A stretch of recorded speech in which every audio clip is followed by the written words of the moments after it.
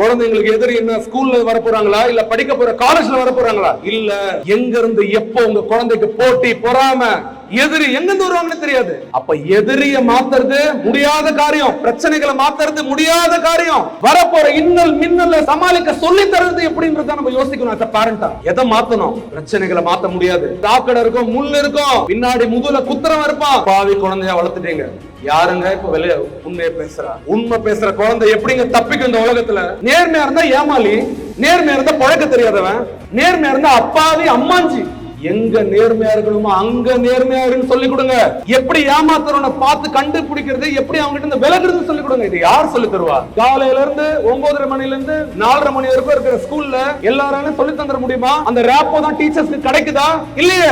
நம்ம நினைக்கிறோம் ஒரு சைடு ரைட் இன்னொரு சைடு ராங். அப்படி எல்லாம் இல்லங்க. அவங்க இடத்துல இருந்து பார்த்தா தாங்க தெரியும் யாரு ரைட் யாரு ராங்னு.